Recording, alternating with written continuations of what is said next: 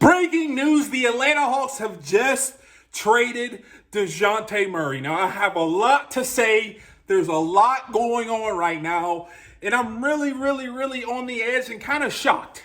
But in this video, I'm going to detail the trade, tell you how I truly feel, and then, you know what? Just outline the positives and negatives from this trade. Now, the trade involves Dejounte Murray, and here is the trade. So it's Dejounte Murray from the Hawks, and in return, the Atlanta Hawks get 2 first-round picks, 2025 and 2027.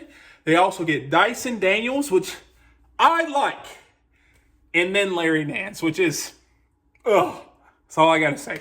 Now, with this in mind, I think there's a lot to unpack from this trade. And to be honest, I'm feeling not great. I can kind of see what's going on, but overall as a trade, I'm just not feeling like, woohoo, let's go. Now, I think that the Atlanta Hawks got some return in Dyson Daniels. I really think he is a young, up-and-coming, good player. And to be honest, I just think what they got out of it, what they put in. They traded Dejounte Murray for 3 first-round picks and a player, and essentially they got the same thing back. They got 2 first-round picks, Dyson Daniels, which is a first-round pick equivalent, and then they got Larry Nance.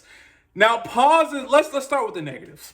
Negatives of this trade, I think, number one, I think they could have got more for Dejounte Murray. I think he's a very good player, and I just wish they would have pushed a little bit more to get a little bit more from him. I honestly thought they could get maybe Brandon Ingram in this deal, maybe reduce one of those picks and get Brandon Ingram, but apparently the Pelicans didn't want to trade Brandon Ingram, or apparently the Atlanta Hawks did not want Brandon Ingram. And then another negative. This could mean the Atlanta Hawks are going for a full rebuild because Trae Young made it apparently clear. If you do not get me another star in Atlanta, then I'm out. So this move, unless the Atlanta Hawks have something up their sleeve to get another player, trade for another player, they're basically saying, hey, we're going to take this young core and rebuild. And Trae Young, you know what? Honestly, you may get traded because we want to build around this young core. Now, do I like this move? Like I said, it's okay. Now, moving on to the positives.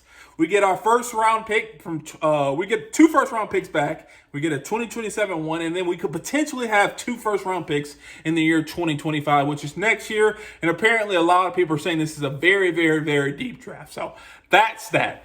And another positive, we get a really good young defensive player who has a lot of upside. I think Dyson Daniels is one of the best young defensive wings in the NBA right now.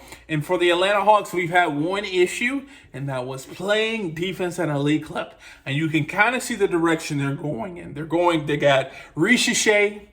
They got the old guy, I can't remember his name, the other European guy, and then they got Dyson Daniels. They're trying to get young defensive wings in this roster. Now, I also think this is great because we got Larry Nance. I think he's pretty underrated. I think he's a better player than a lot of people say. But also this move means a lot more that's coming in the future. Number one, is DeAndre Hunter going to be on the team? Number 2, I think they're going to trade Clint Capella. Obviously, there's not enough room for Larry Nance, Onyeka Okongwu, and Clint Capella. So be on the lookout for Clint Capella to be traded. Apparently, they can get a first rounder, which, hey, I'm not opposed to. Maybe get a first rounder, or maybe Onyeka's on the move. Honestly, who knows?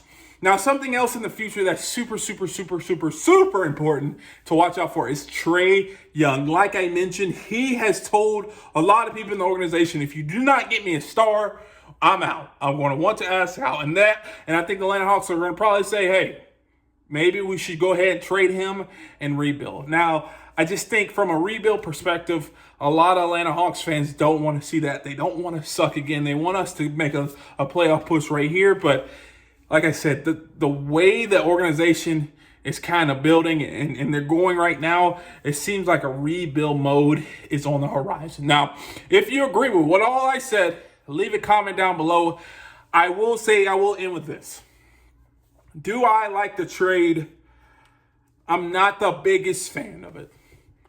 I will say, though, this kind of shows the direction that the Atlanta Hawks want to move in. I know I've been begging on this channel.